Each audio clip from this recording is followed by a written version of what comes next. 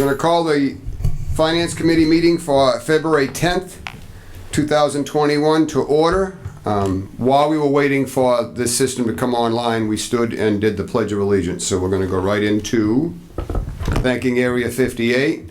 I see no public comment. Town Administrator and Finance Director updates.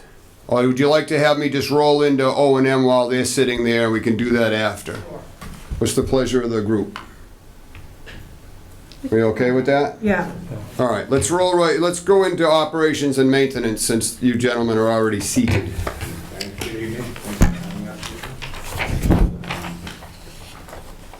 You got a mic?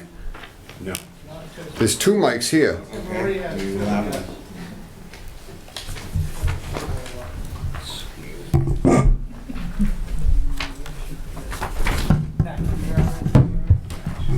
I can, thank you.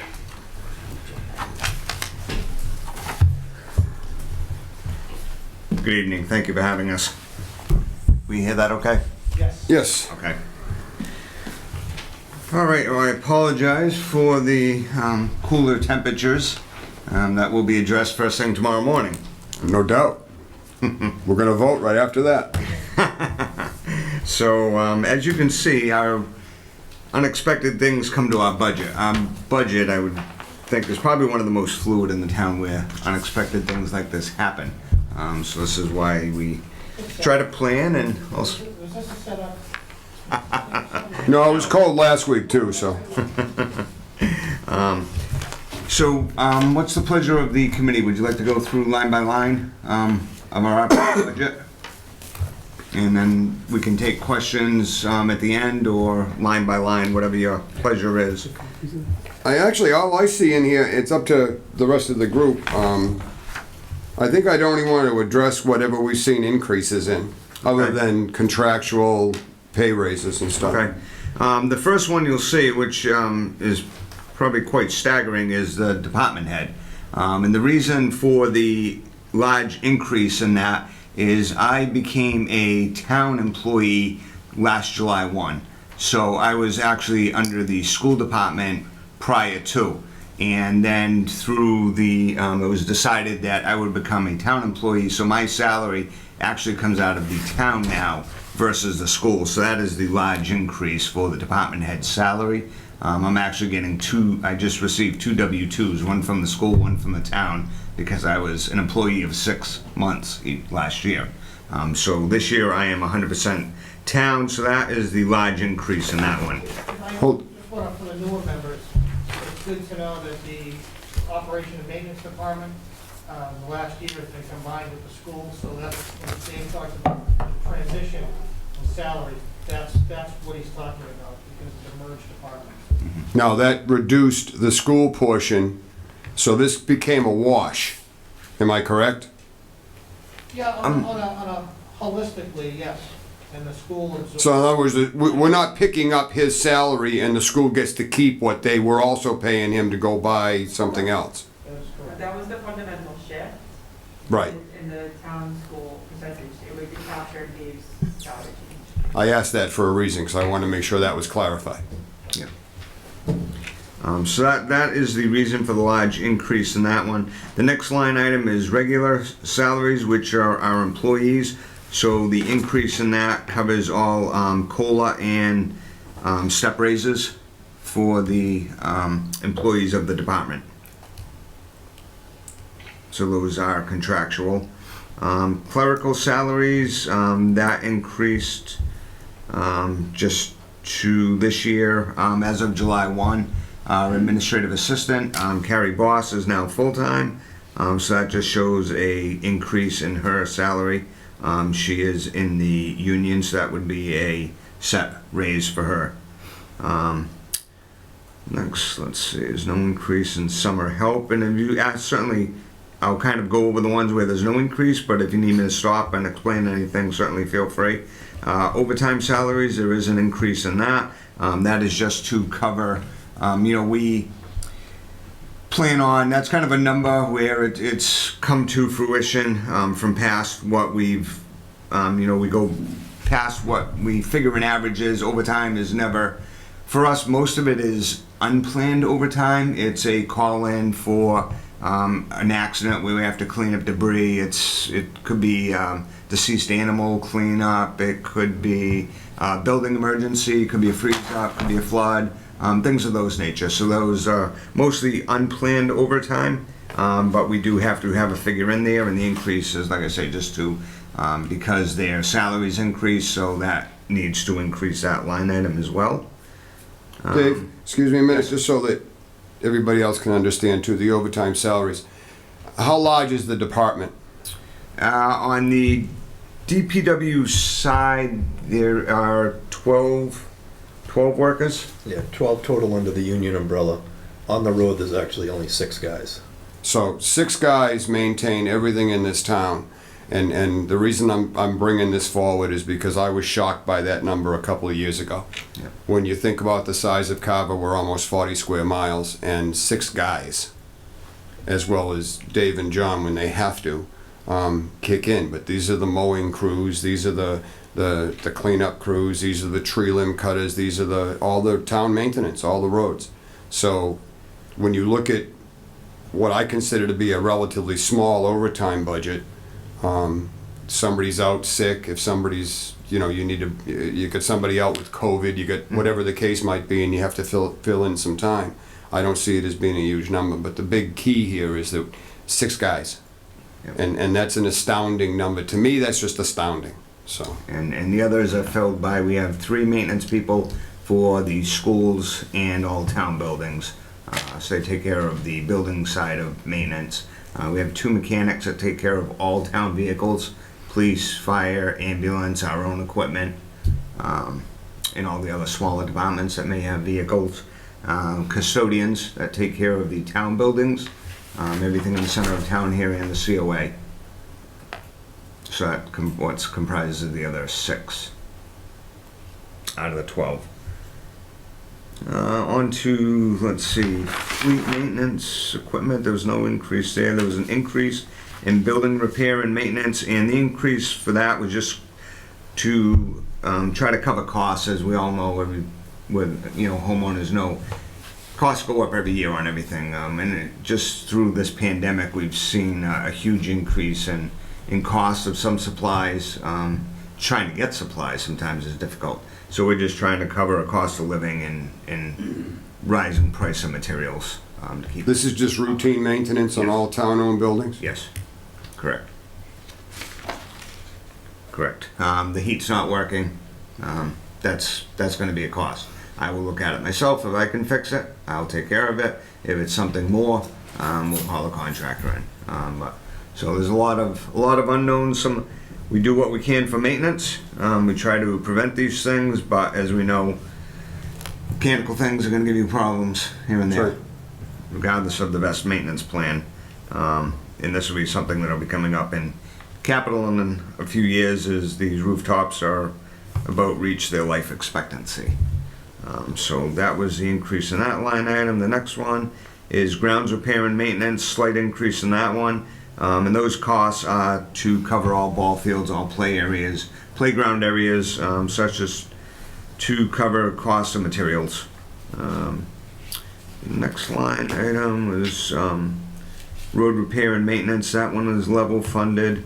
The next one is level funded. I don't know why that has an increase of 100%, but it's actually level funded from what I see. I think it's because we didn't spend any money on it last year. Okay. What is it? Stormwater management. No, we use all that money. That should be So 12,500. yes. Yep.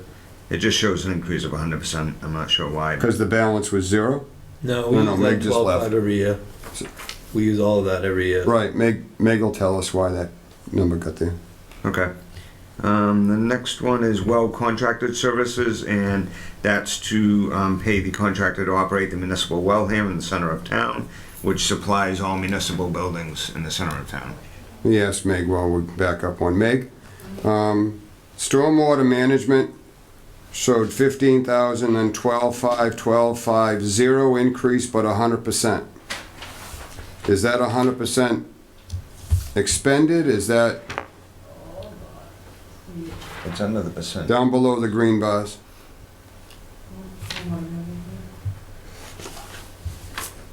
No, it's you're comparing their request to FY '21, so there's 100%, it's 100%.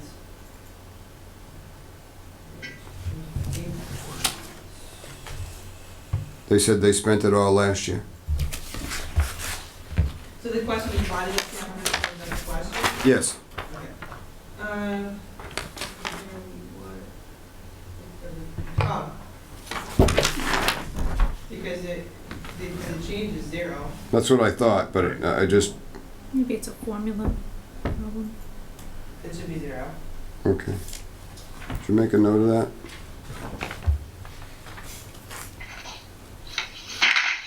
Okay, next one, well contracted services was no increase.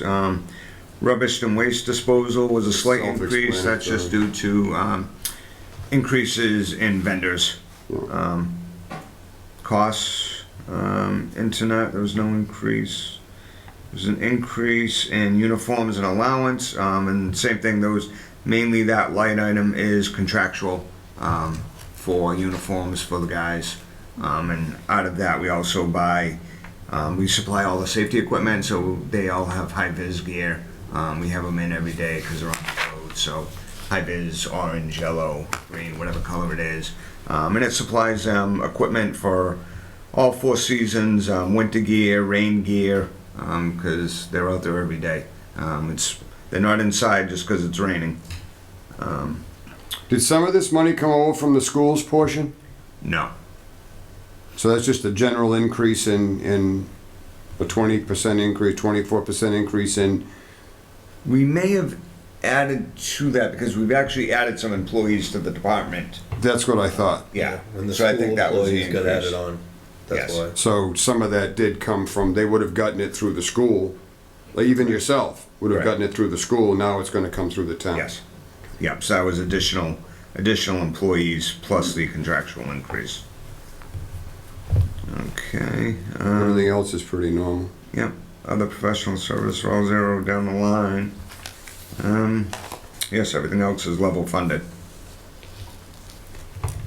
Rick, do you mind if we go in and talk a little bit about the capital plan, even though we can't really vote on it? I mean, this is his opportunity to say something about some of the capital expenditures. I saw nothing in the general budget that raised any flags. Anybody else on the committee have a comment for that? Does everybody have a copy of? The capital plan? Yes. No. Tony does. Tony, I don't. Sorry, do you have it? Yeah. Tony does. Yeah, I sent some, You don't have it? No, I I didn't. need a microscope, but Yeah, Tony and. Was it, Sorry? It was attached. I just didn't print it out though. But it was in Can I just ask one question Certainly. before we move on? The rubbish and waste disposal, Yes. the TA amount is $6,000, but you're requesting 8580. Are we gonna go with the 8580 or the 6,000? I'm just wondering if we'll have enough money if we drop it down. Yeah, there's quite a few items there that are different, so I was gonna wait till they're That, Okay. the town administrator is the yellow column. Yep. That reflects a balanced budget. Okay. and the blue is the wish list. Yeah. Yes. But this- So if it does, once I get pricing, if for some reason the budget goes forward at 6,000, I would figure out, okay, if I say if I look at it, take a look at it, once we get the pricing and our contractual obligations are gonna be $7,200, at that point I have to say, all right, where maybe are they picking up twice a week, I could get away with once a week, cut back on our services. Okay. So we'll do what we need to, obviously get level funded, and we'll adjust our sales as. Are you okay with the 297, 350 that's been proposed? Or do you think that that's gonna come up a little short, given the fact that you're looking for 305? I think we can make it work. I think we can make it work. I'm willing to adjust as needed, and it's not a drastic cut. I don't see that department as wasting very much money, I really truly don't, so I think if, I think you look at it and you'll do the absolute best you can, and if Yeah. you can't, and something comes up out of whack or something like that, Yeah. you'll let us know, If, yes, Mike? Yep, no, absolutely. We'll work with what we have to, and if for some reason a large ticket item comes, then we'll have to come to FinCom or That's what we're here someone for, I you know, and just want to say, say that on the record though, I mean, I think that we could maybe we could be looking at a different budget for you guys for next year, because I think our concern was this year was a tight year to balance the Mhm. budget, not knowing what the new police station will cost. I Right. think we went a little bit low, but I think everyone should be on notice that this could be short. We did have to balance the budget, this could be short, they may have to come to a reserve fund transfer, and they may be asking for more money. Thank you. and I did try to forecast the new station. It's a educated guesstimate at this point. And But- that's the only reason why we went a little bit lower, is it's Yeah. tough, I think we're having a tough year trying to balance. We may have to go on a little bit of the lower side, but, you know, Dave did request more. So Thanks, I that's, just wanted to make sure you had enough, that was all. yep, no, thank The you. trash has been going up. Yeah, because the 75 for the I Cascade get it, unit. Meg. What's that? He said I And get you've it. adjusted these numbers.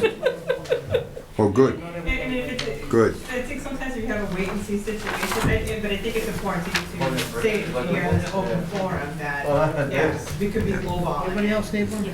I got one. And as I said earlier, we try to do the best we can through maintenance and forecasting and with our 10-year capital plan to predict any large failures. We definitely do not want a large failure. I do not want to have to come back to you Yeah, and write these say, numbers down on your copy. we lost X, Y, or Z, and we should have seen it. Now, we have no heat here. I could go up there tomorrow and look at it, and it may be a simple, there's no $20 parts anymore, minimum's $100, but it could be a $100 part. I could look at it, could need a couple parts. The heat exchanger could have a problem. It could be, That's right. and I might say, you know what, rather than put $2,500 worth into this, we're better off replacing this one now. So I would have to come to you at that point. Could be a $5 relay, and it could be a, Exactly. you know, a major. But we try to prevent those unexpected costs as much as we can, for sure. That's one of our main objectives, our purposes. We try to do our best at it.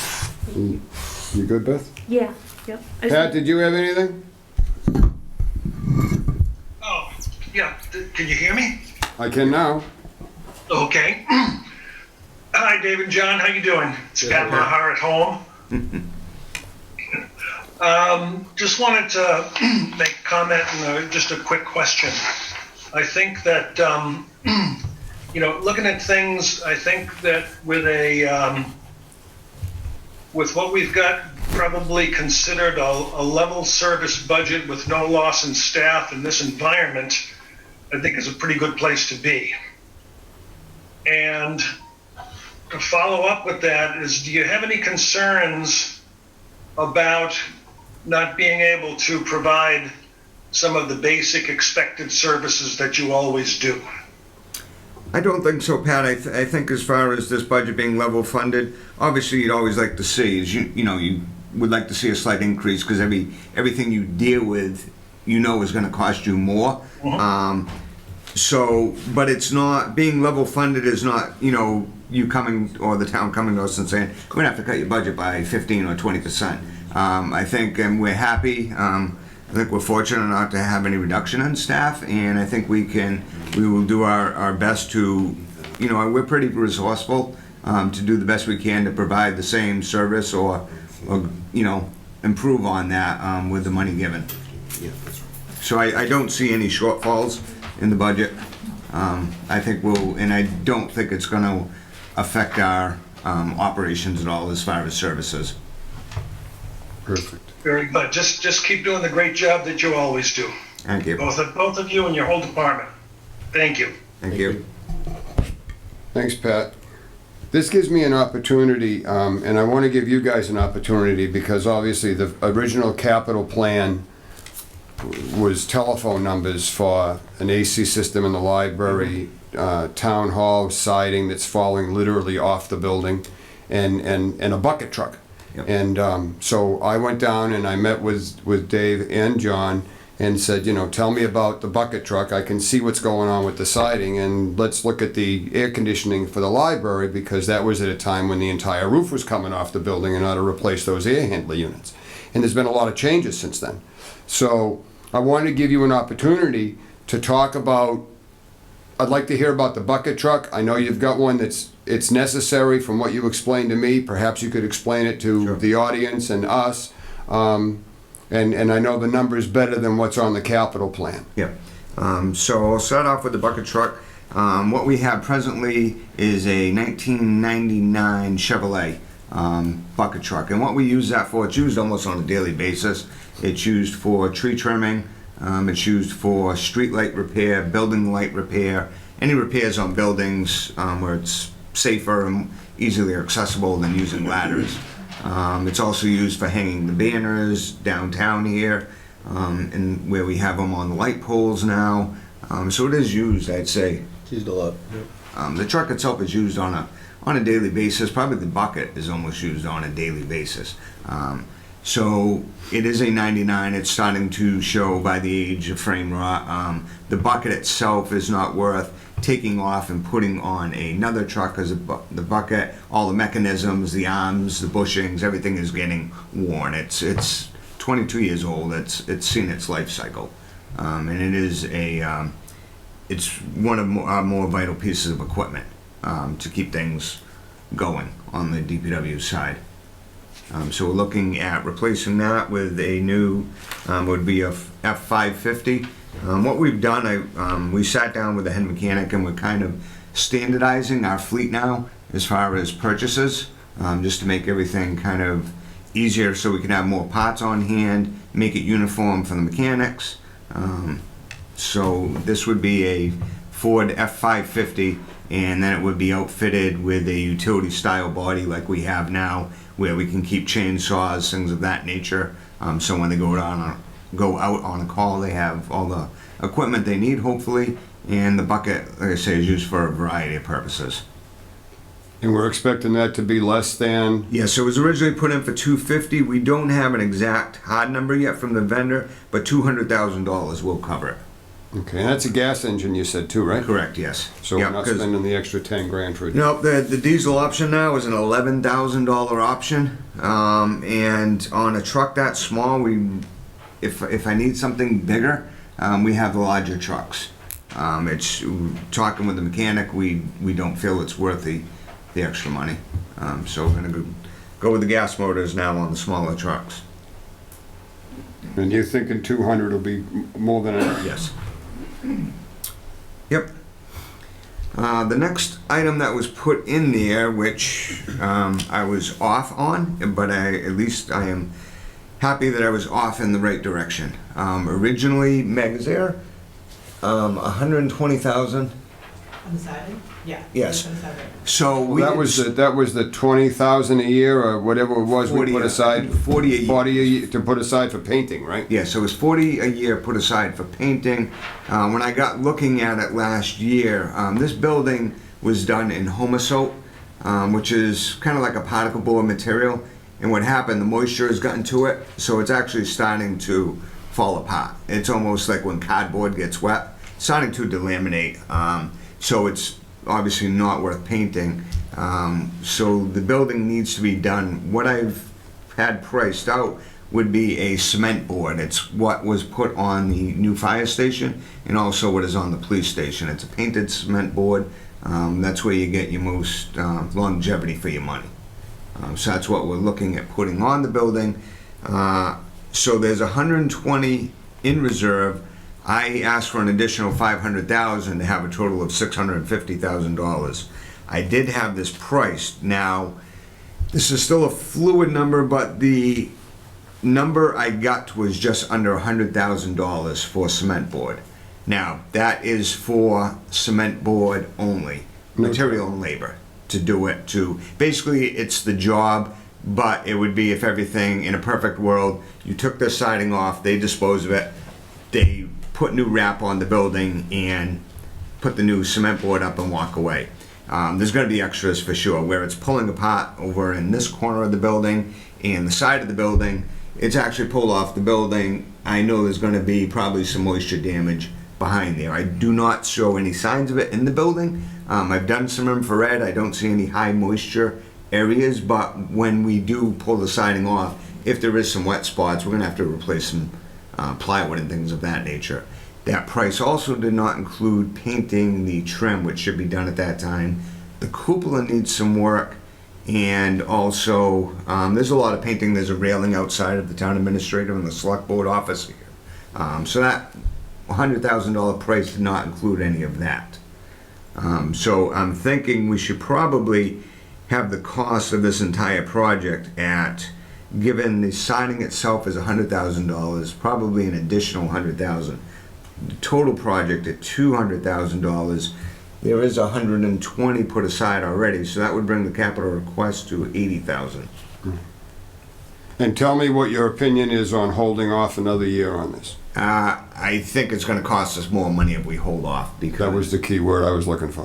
yeah, it's definitely going to cost us more money, because what's going to happen, the siding's going to come off further. We're going to get more water infiltration behind the siding, which is going to cause more damage, which is going to cost, more replacement of I siding. think that was a question I asked you when I sat down, was how much damage is being done behind what's blowing Yeah. off the building. Yeah. I just did a roof on my house. We had to do 3 sheets of plywood. Yeah. And the roof, that area looked perfect. I was shocked to see such bad wood underneath what looked like really good shingles. Yeah. So I know there's some there. To what extent? I don't think it's bad enough we're going to get into any structural issues, but I do think we probably will have to replace some sheathing for sure. How long does the cement board last? What's the average life? Cement board, they say 30, 50 years. I did not go with, I don't think, my opinion, a residential vinyl would look good on a town hall. There are some other options in vinyl where you could do, they almost make like a sheet that looks like a shaker shingle, but the cement board actually has a longer longevity. I think this, And that's what we went with on, like I say, both the fire station and the new police station. I've seen a couple of buildings that I thought were really nice that they had used that red shaker vinyl. And 2 years later, the difference in the colors on the building between what's getting all the sun and what isn't getting all the sun, it's like a two-tone house. The colors have just washed out. And so far, the cement board, which we do have the colored cement board on the fire station, which is the, maroonish, Right. deeper red. And that's held up? It's not showing any fading, correct? Do you have to paint it periodically, or is it No. solid? Yep. Okay. Perfect. Anybody else? You want to go into the library real quick? Yes, so the library, and the other thing I had, I'll touch on the library. What we have in the library, when did the library open, in 99? Same as this building. I believe it was 99. Life cycle of commercial equipment is 15 to 20 years, so everything over there is at its life cycle.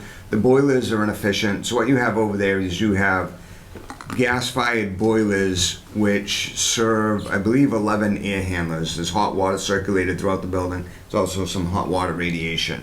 It's a very inefficient building as far as heating it. It's probably, when those boilers were new, they were at 80%, and probably a little less than that now.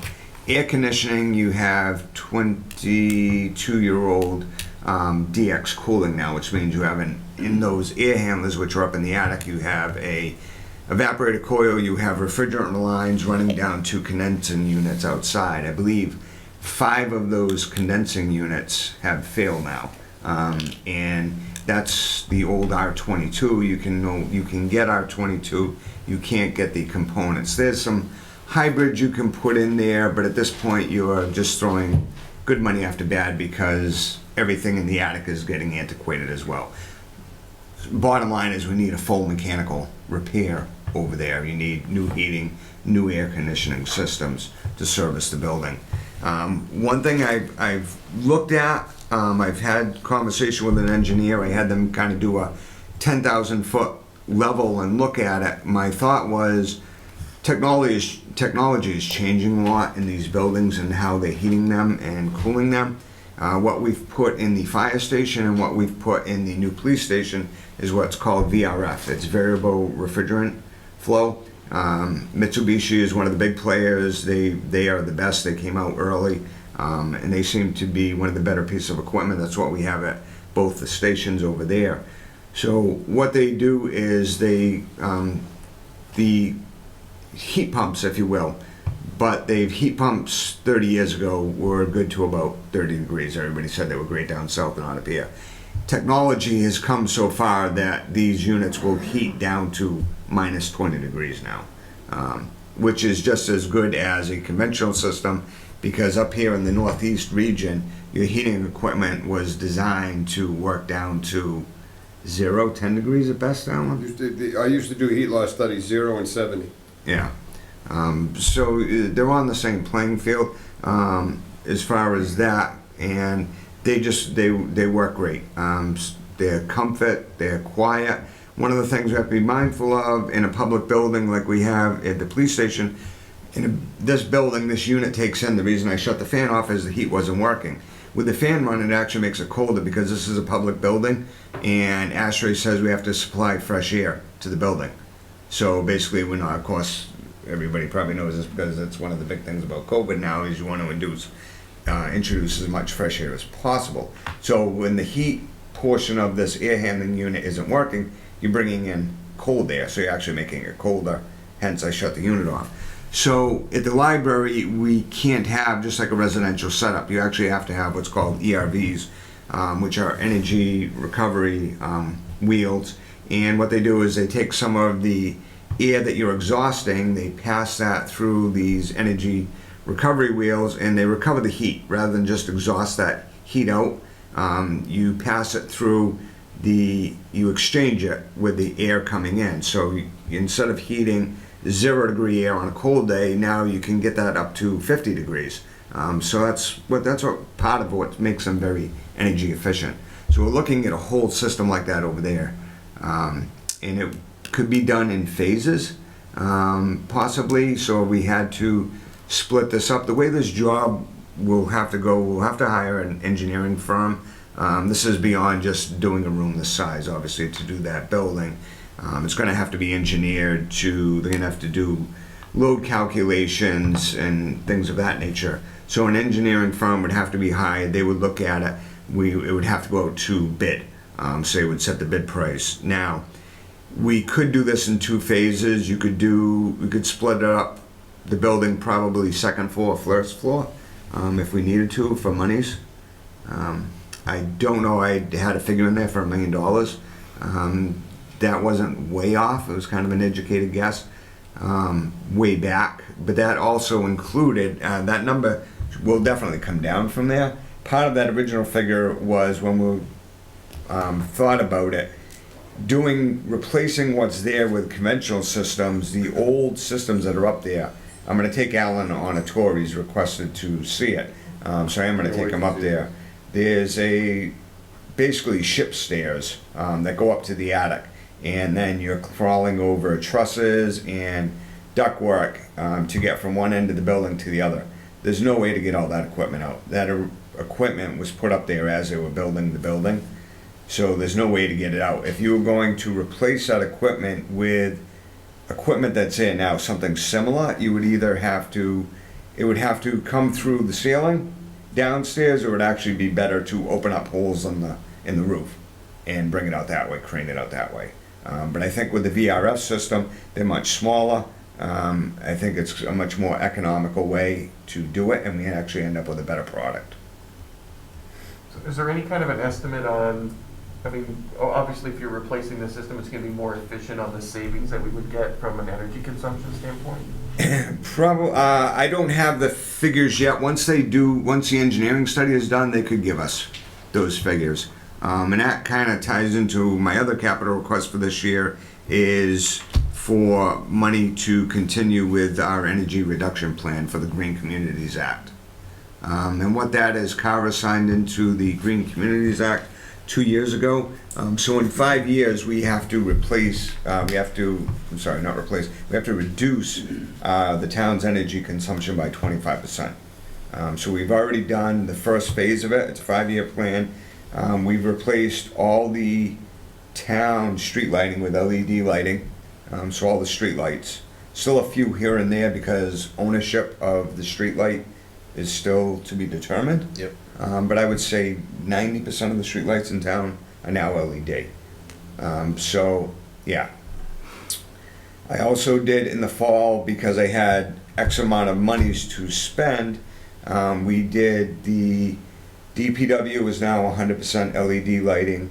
The school administration at 3 Carver Square Boulevard is 100% LED lighting.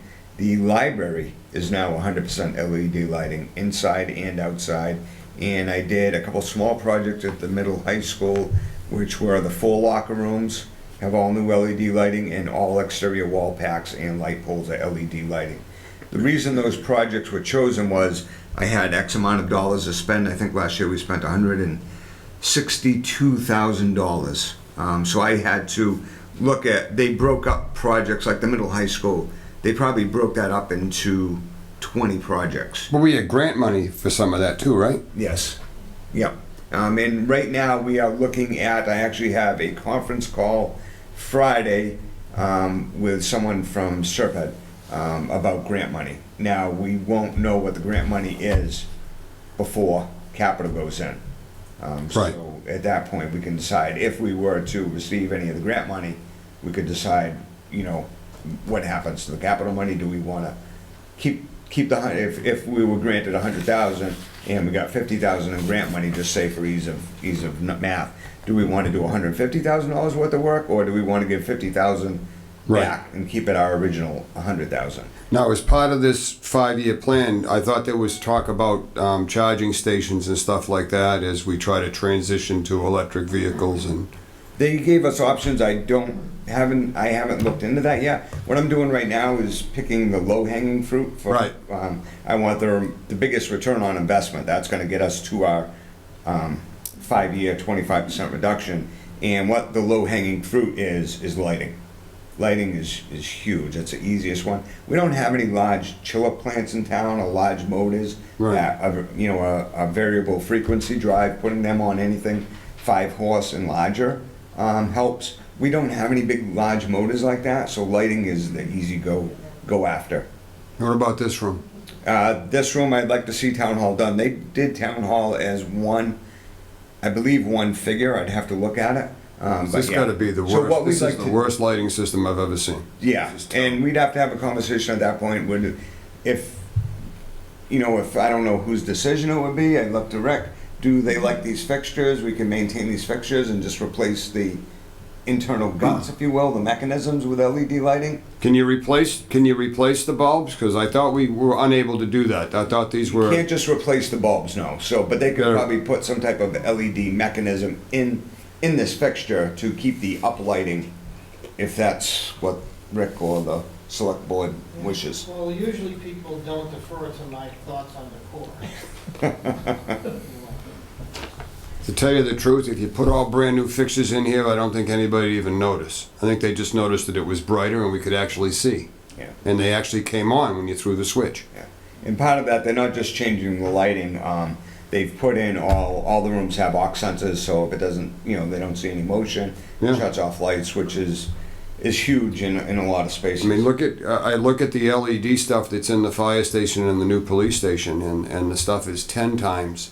And it doesn't hang down, and it's there, but it's almost not. Yeah. You know what I mean? It's set up in the panels. You don't even notice. You just notice that it's light, and you can see. So they went through every building in town, with the exception of the new fire station, which is 100% LED, the new elementary school, which is 100% LED, and of course the new police station. Police station's being built that way. Yep. Was not under construction prior to the study. Perfect. I just wanted to give you the opportunity to bring this stuff up. Anybody on the board? Adam? Here it comes. I did have a question. As it relates to the library mechanical replacement, what I'm looking at here has figures for both FY22 and FY23. Mm-hmm. Is there a direct relationship between those two expenses in the sense that if you do the FY22 work, you then absolutely have to follow up with the work in FY23, or they tied together, or could it be? No, they could operate. I think the thought was just to break up the the original hit on capital. They could be done separately, not tied to each other. They could, I think we can separate that building. So if we were to, let's say, I think most of the air conditioning problems are on the second floor. So if that's what we want to address first, get the second floor done. If who knows what happens, the money's not available the following year. That would be my concern, yeah. The equipment that we have, we'd have to maintain and keep going for. We'd kick the can down the road another year. Yeah, It's not that once, if we do the second floor, it does not disable the first floor. Yeah, and I just want to make sure it wasn't like the type of thing where if you invest 150, then that essentially commits you to doing the rest of the work the following year, or it creates other problems, right? Yeah. Because then it's not really a $150 commitment or $150,000 commitment. It's a $650,000 commitment. Right. And I'm going to say they can operate independently, and if half was done, and for some reason the other half didn't follow, it wouldn't take the library out of service. But once we get an engineering study and a plan together, then I could, I'd have to look at it with the engineer and say, okay, this is, if we do this in 2 phases, how can we make this work? And I think it can be done. Okay. My thought is, And then, just generally, is the library still closed? It is open 2 days a week, curbside, 3 days a week, I believe, Marie, 3 days, but it's open Yeah. 2 full days a week. Monday and Wednesdays it's open, Yeah. and Tuesday When are we meeting with library? When are we discussing that in the budget? is, Is that the next meeting? If you wish, we don't have a schedule yet for the next On week. the 22nd? We can, Usually we can, I think that's something we need to discuss. I think, to this point also, until it's engineered, it's also hard to get a real good cost, right. real hard to get a cost estimate. So it may well be that in the first, next year, we're doing engineering, cost estimates, and maybe we get into the actual project itself. I think that's to be determined. I don't know. Right. Once we know the numbers, I think we'll have a better idea of which direction we should go. Right. Maybe their numbers are going to be so low that we can do it all in the following year. Obviously, if you could do it all at once, it's going to be more efficient cost-wise with the project. already there. Yeah, rather than have them mobilized twice. But like Rick said, until that's engineered and we have those numbers, it's hard to make a call. In So the I worst mean- case scenario, as it stands right now, the second floor of the library is it's kind of warm in the summertime because the air conditioner's not working on that second floor. So it's not the end of the world. Right. The library still is open and functioning on the lower levels. It's not like the town hall that if you don't do it, it's gonna get worse and cost more. Right. It's not the same scenario. Correct. It's just uncomfortable to the extent that, in the summertime, the second floor is essentially, virtually non-usable. Yeah, what's the square footage on that second floor? That usable space? I mean, a lot of it's bookcases and things like that, right? But There's not really a lot of, there's a couple meeting rooms. Meeting rooms, yeah. You asked me a question I can't answer, Adam. I'm not sure the square footage of that building. I'm just curious. There's not much. I've never been on the second floor. I've looked up there, but and I've seen people working up their tables There's and a things like lot that. of, But it's all cathedral, that front half. yeah, yeah, And computer. it's nothing, as your, facilities guy, we don't want to say, you know what, nobody uses the second floor. right. No, Right. We don't want to do that. Right. Because that's not good for the building. I mean, it's obviously a discomfort for the patrons now and the staff. Does it cause the close of the building? No, it doesn't. With a loss of heat, yeah, that would. But on the air conditioning side of things, it's more of an inconvenience, but it's also an inconvenience that we don't want to push that aside because it will affect the building, the humidity. It'll affect the materials they have. well, we can already see the paint's falling off the outside, so that's getting to a place where that's gonna need to have some Yeah. spiffy work done to it, or we're gonna end up, again, with a ridiculous cost on trying to cement board that building. I was gonna say, what's the siding on the library? That's clapping shingles. So Okay. that can be painted. Okay, So it's Yeah. wood clad. it's not Homosode or No, No. nope. Oh, No, thank and that you. was I didn't painted, get I the question. believe. I didn't know that. I believe I saw some paperwork about 7 or 9 years ago. I believe that was painted. So it's getting due. Yeah, you can see it now. You can start to see some where it's looking, Yeah. there's nothing worse than when the building starts to look shabby. Yeah, no, absolutely not. And we rented I had to rent a 65-foot lift 2 months ago to replace some shingles that had blown off. So we did that ourselves, the asphalt shingles. The only other question I had was actually on the budget side of things. Yep. You referenced the increase in the department head cost Yes. as you coming over. The $137,000 delta in the regular salaries, though. Yep. That's, I know some of that's contractual obligations, right? But is the full 137,000 contractual, or were there people that came over? No, with you? those are additional employees. Okay. Yeah, I just want to make sure that the general public wasn't under the impression that there was a 21% raise for everybody that works no. for DPW. Is that, No, because I mean, what we did last year is the school people that came over, we put them into, just because sometimes when you make a big change, you kind of want to, you don't want to make a, you kind of want to ease into it. So I created a new department, 422, for the school people and some other expenses that came over, just to see how everything kind of shook out. And then talking to O&M just would be easier to roll it up into their budget. And so that's what that is. It's those two. Is it, how many school people? 4.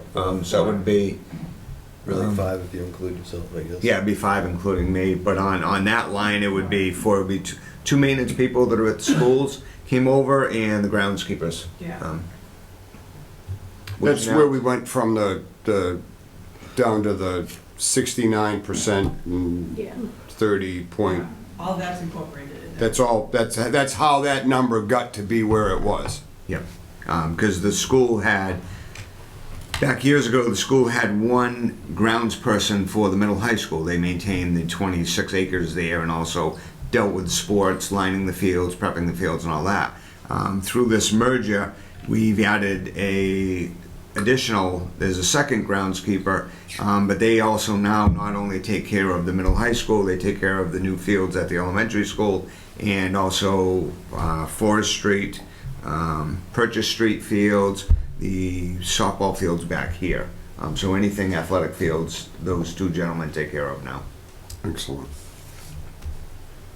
Anybody other questions? And again, that was just shifting of employees from one department to another. It's not, the town expense, generally speaking, is just the cost of living increase that they got, not the, Yeah. it's not additional head.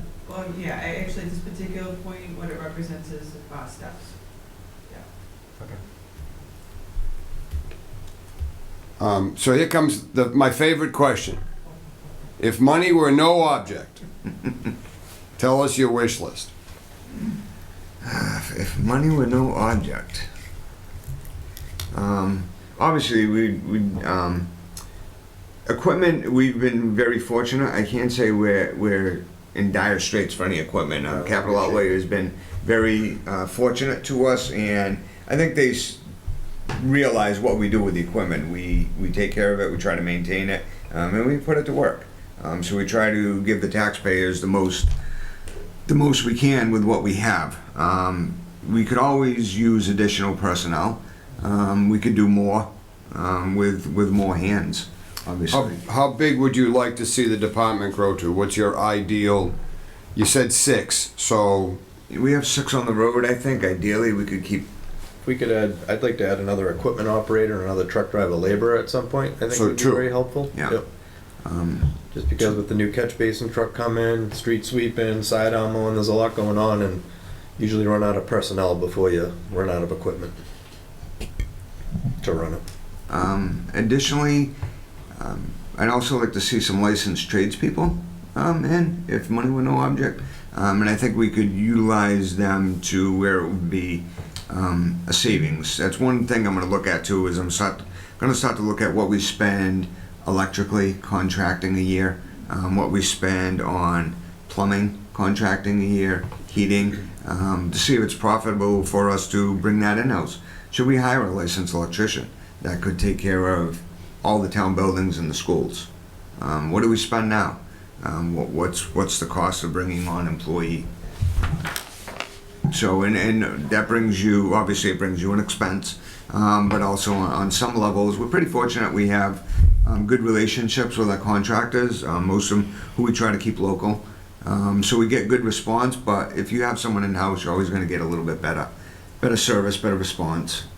You have more It's another control. pair of hands just in general too during the winter if they're slow and we need someone to shovel or snow blow or it's just another tool. Oh, I'm sure the licensed electrician would be thrilled when you hand him a shovel and tell him, oh, do the walkway at Town Hall, it's a little slow right now.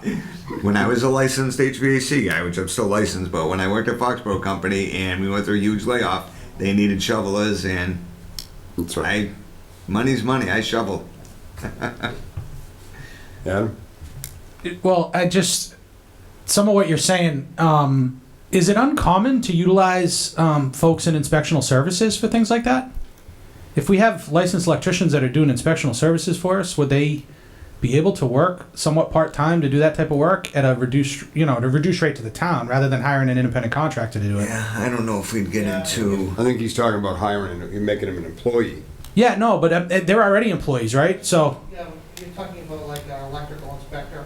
if we have a wiring inspector that's a licensed electrician, would it be more cost-effective for the town to pay them hourly to do some of that work as opposed to just inspectional services, and then you're not hiring an outside firm to do that work as somebody who's already an employee of the town? But now you're asking an inspector to actually go to work. Right. So that's not gonna work. But you might be able to set that Inspector. as you have turnover in those roles, you might be able to set the expectation that those individuals are going to perform those duties. Sort of a conflict though, wouldn't it? Yeah, Well, I mean, obviously you can't inspect your own work. Right. Exactly, so that's. That was my thought. I don't know, and I'll just bring this up thinking out loud. I don't know if it would have any union issues. I don't know. Yeah, I was just curious. Yeah. They're people that obviously are experts in their Right. field and they're already employees. So, I would think it'd be a happy marriage. But Yeah. then the other question is, we don't have two Daves and we don't have two Johns. So is there a demand to have additional resources at your level? You both are pulled in 100 different directions on a daily basis. I know from personal experience. Yeah. So would it be beneficial at some point to have someone else, maybe in addition to John, that's working, with you, or? On my level, I'll speak. It would to handle. John handles more the DPW, the cemetery, the road operations. He's involved in the day-to-day stuff a lot. Right. And obviously maintains the office stuff. I'm not involved in the day-to-day stuff as much. I know what's going on a general, but not maybe in the weeds of the day-to-day stuff.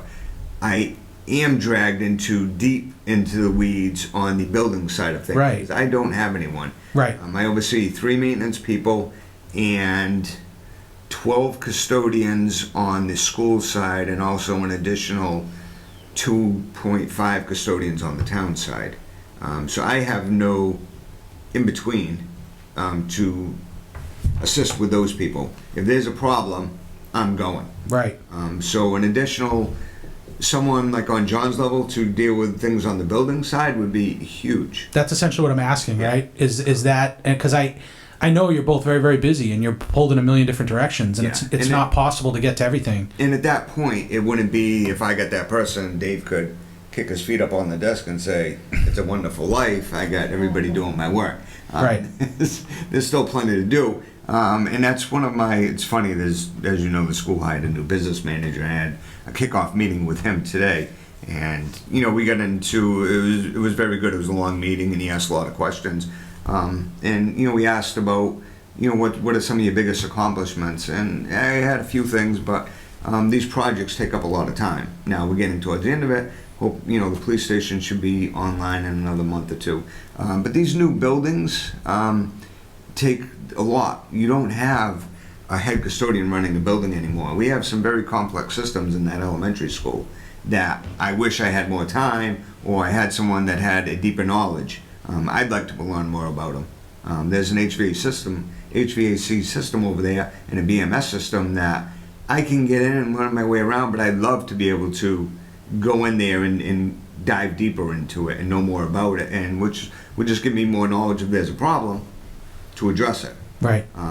So I'd like to be able to focus more, and an additional person would allow me that, for sure. Okay. Thank you. Yep, thank you. All right.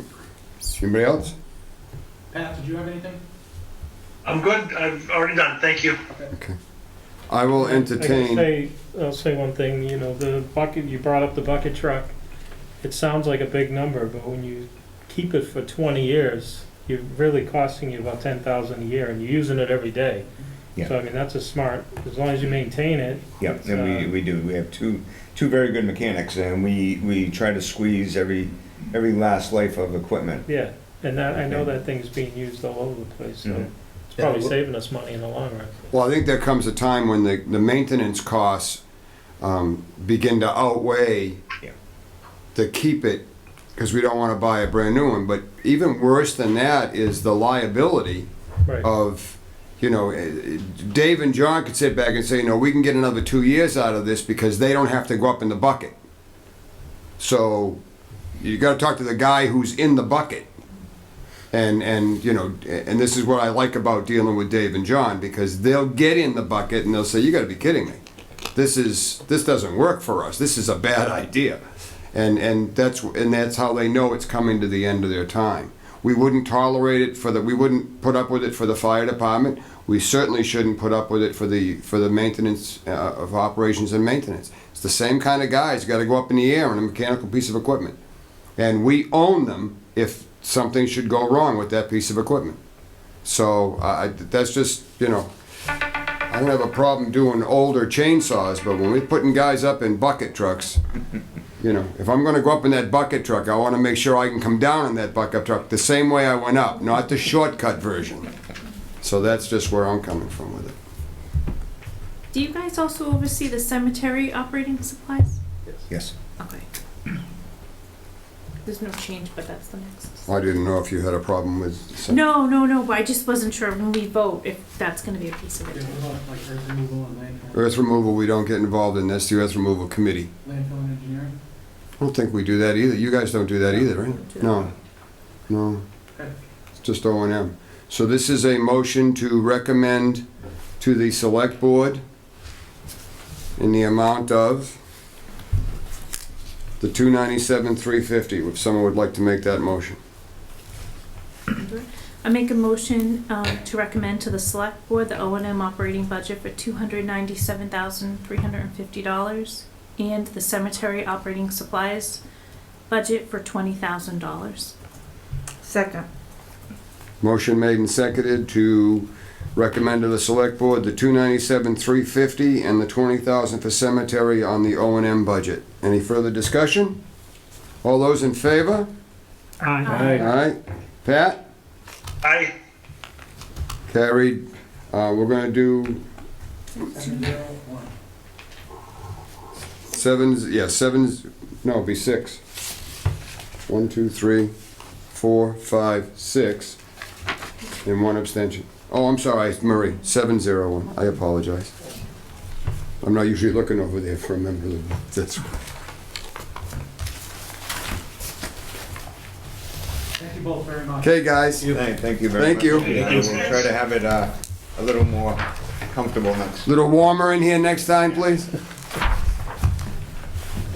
It'll speed up the meeting, Dave. We appreciate it. Hasn't yet. All right. Thank you. Thank you, John. Thank you. Megan, Rick, if you'd also join, because we might as well get the finance department and then we can get the finance update while, from both of you at the same time, we can kind of try to kill two birds with one stone here, if you don't mind. Unless you don't have anything really deep to go into, do you, Meg? No?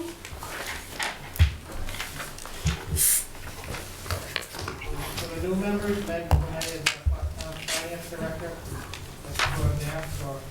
That's for For the record, this finance committee could not function, period, without Meg.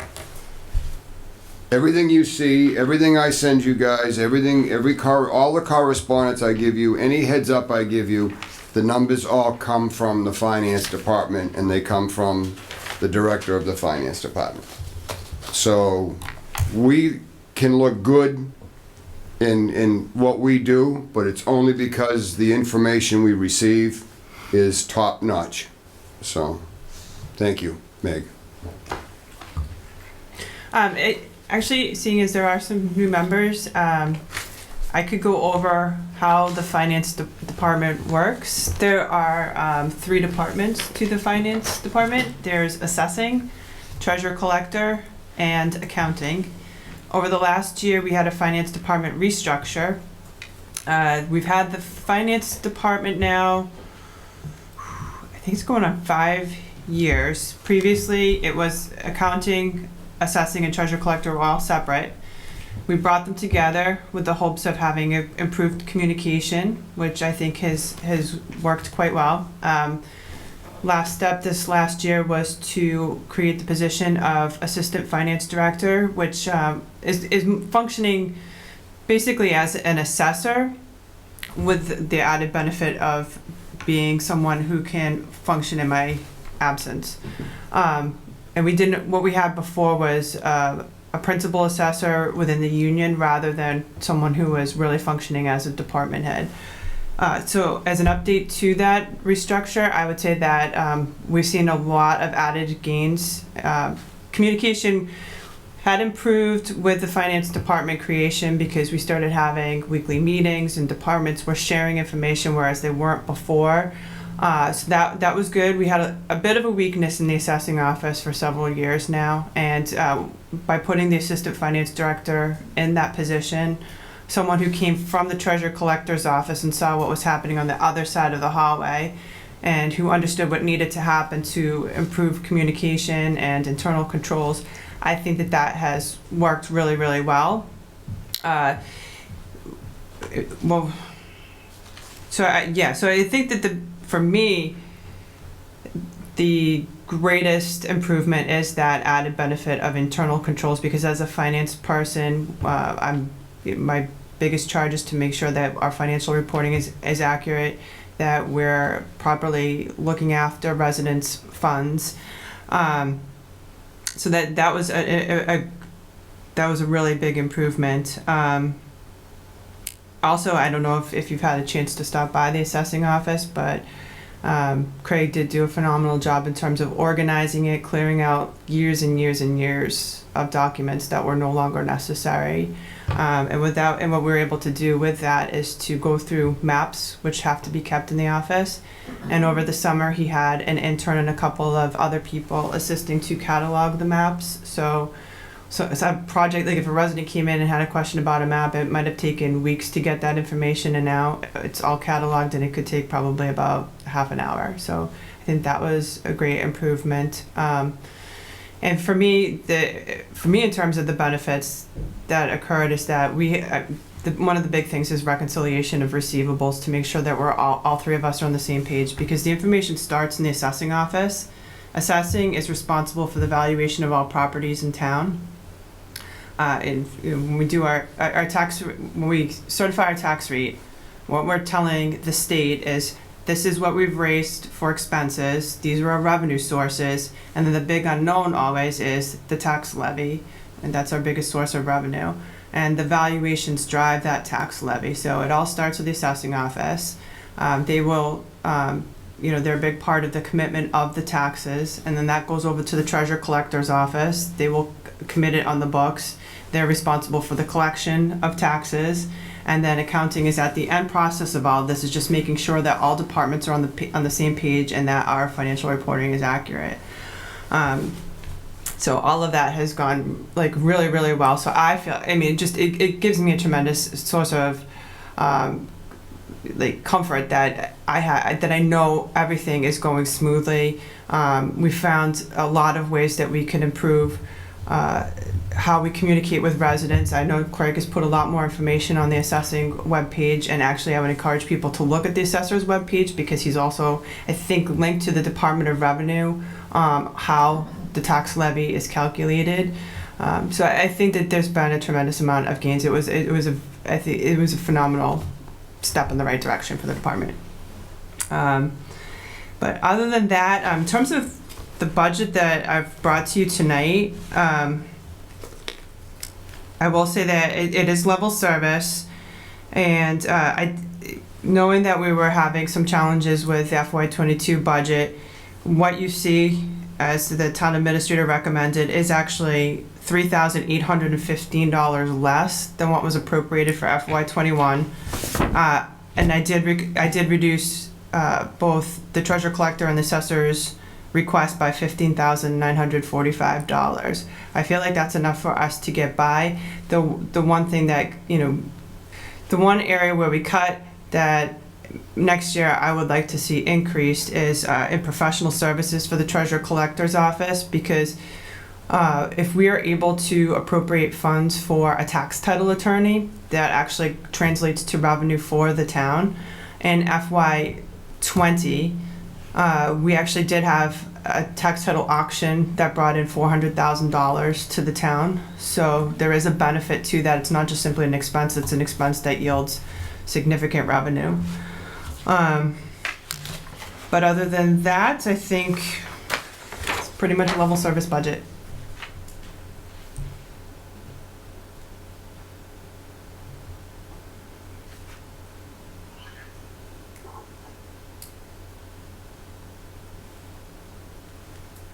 What's your wish list? Um, Same question I asked Owen, same question I ask you every year. well, But now it involves both departments across the hall as well. and I will get to the second part, which will be the same answer as last year. But I think the first part of it is that I think Rick and I were discussing this recently. Is it seems like there's never a lull during the year. There have been various times where you'll have like a little bit quieter time. It's never quiet, but it's less busy. It's not crazy busy during the year, and it just seems like that doesn't seem to happen anymore. That every single period during the year, it's phenomenally busy. And for the finance department, it's because we have more reporting requirements every year. There's more state reports that need to be done. It's just more and more and more reporting, and the same number of bodies that are there. We're not adding bodies to deal with these new reporting requirements. And as the finance director, I feel like my responsibility is to I coordinate between the finance departments, coordinate with other town departments, attend meetings because it can be very important. If it has any sort of financial tie, then I know how that's going to translate through the system, then I understand how it's going to work. Is this added revenue? Is this an added expense? Make sure that it hits wherever it's supposed to. And it's very difficult at times to attend all the meetings and coordinate all the communication and to be as involved in some of the day-to-day accounting activities as I am, such as monthly reports, cash receipt posting, cash reconciliations, receivable reconciliations. There's a lot of that weekly, monthly, quarterly activity that I'm involved with. So if there's a period or a week, a month where there's meeting after meeting after meeting, all that stuff starts to backlog because there's nobody in the finance department who is able to get to that. So personally, I'd like to see another 10 hours in accounting. That would help me tremendously. And I feel like the treasurer collector's office is fairly well staffed. I know that there are periods of time where it's a bit much. I will say for a fact that the treasurer collector's office is never slow. They're never sitting around trying to figure out what to do with their time. They're always incredibly busy. And assessing is the same way. Treasurer collector's office even more so. So I mean, do they need another body? I'm not sure that that's 100% necessary, but I will say that there are times where it can be a lot. In accounting, I've already explained that. So that would be part of it. And then the other part is, and I said this last year and I'll say it again, is that I feel like there are certain positions within the finance department. They're in a clerical union, but they're not clerical positions.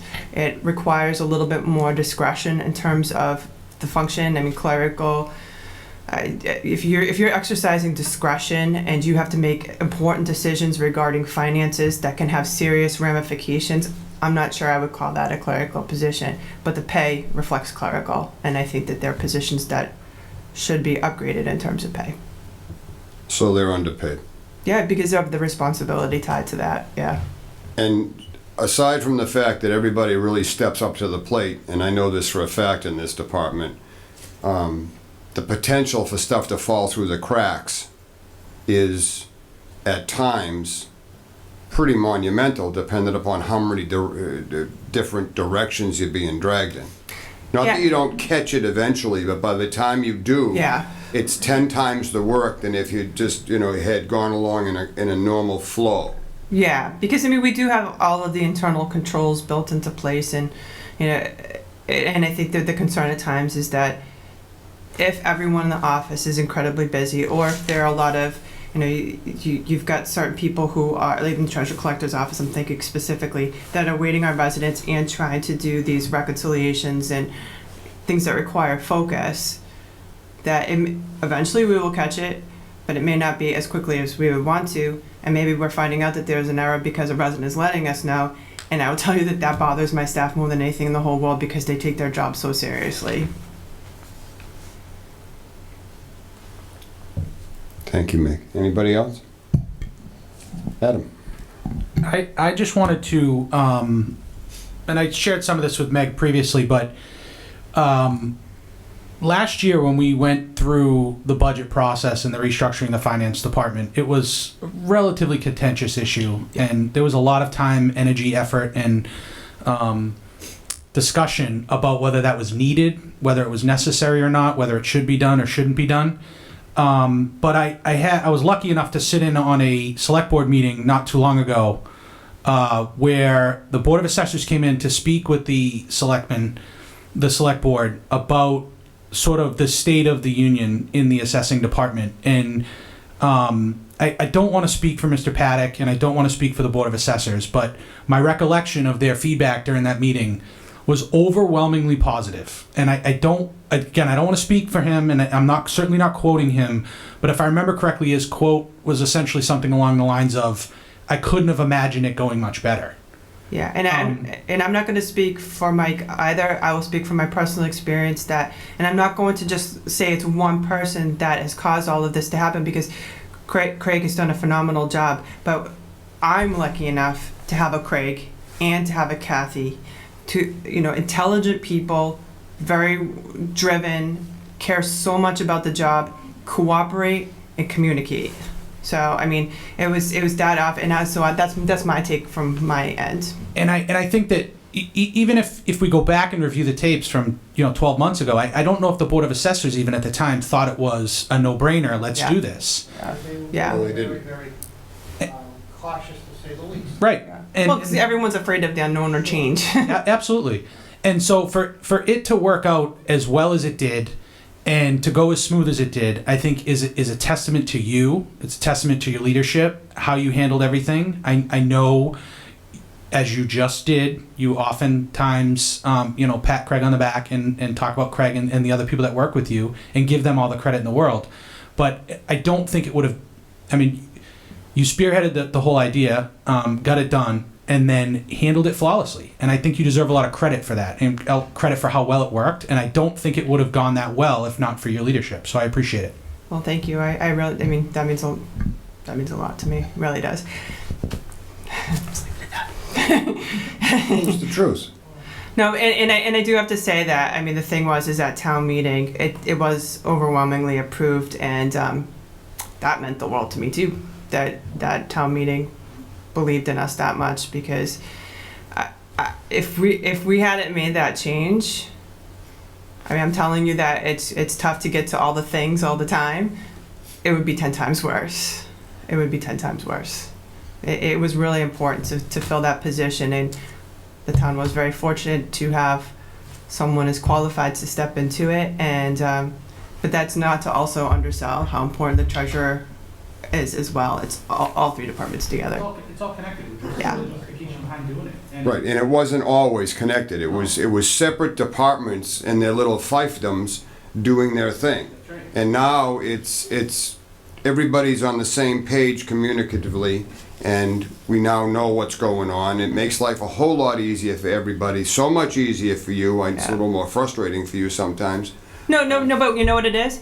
It made the workload may still be there, but what I have is confidence that it's accurate. That's exactly right. Yeah. It's a cohesive unit all pushing in the That's same right. direction, Mhm. which wasn't always the case. And I just think that under one umbrella with competent and, you know, really qualified leadership is what makes it work. And so thank you very much for that. Could I add, number one, that's very nice of you to say, and thank you, and kudos, you deserve everything that you said. But I will, at a larger level, the willingness of the town to get beyond the elected treasurer collector anachronism, that's the right word. None of this would have been possible unless the townspeople, you know, elected, appointed officials, and ultimately town meeting, willing to take that step. It's hard for people probably now to imagine that we had someone elected doing what? And that's the Responsible for cash and borrowing. That's not to criticize anybody that had the job. No. But that's not how you run any organization. Right, and small town politics is always a popularity contest when it comes to an election. So And you can't go on qualifications, so. citizens in whatever form to be willing to take that on is what really made all of this possible. Yeah, I mean, the town has made some difficult decisions, and there were politics involved at various points, and I think we're in the right place. That's It's the good worked. news. Beth? No, I don't have anything. Nothing from one finance director to another, nothing? No, I think Meg does a fabulous job. That should be high praise for you, given the fact. From Beth, where she 100%. comes, yeah.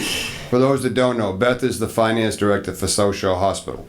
So she deals with more money, and I think, and you said a week, than we deal with on our annual budget or something like that?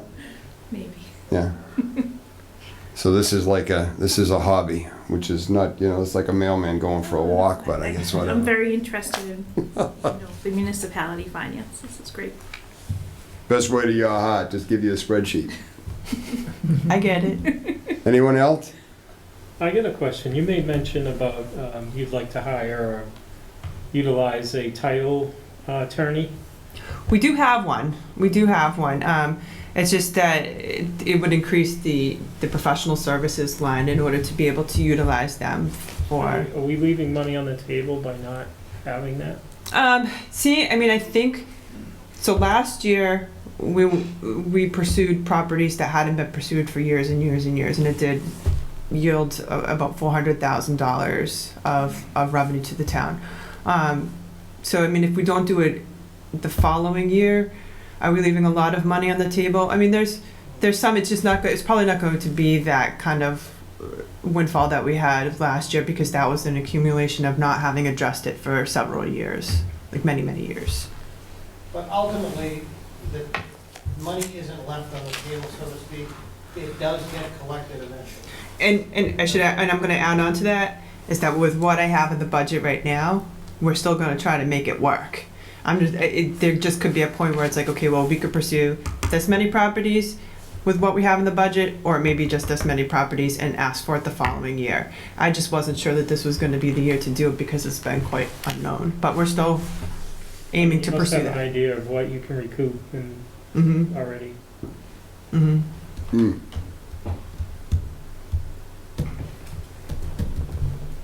I'll take a motion.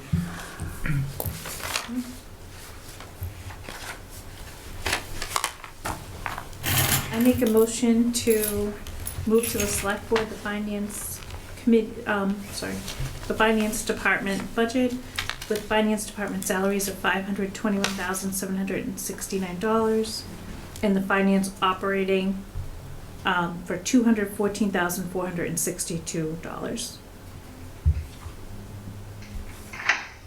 Need a second. Second. Who seconded? Thank you. Thanks, Bill. We have a motion and a second to recommend to the select board the finance department budget of $521,769 and $214,462.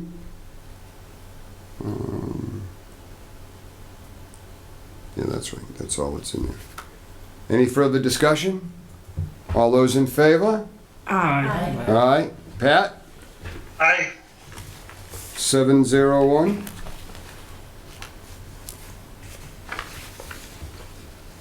Thank you, Meg. Real quick, where are we with revenue? What's just a real short revenue forecast? We don't really need to hear from him, Now, it's good.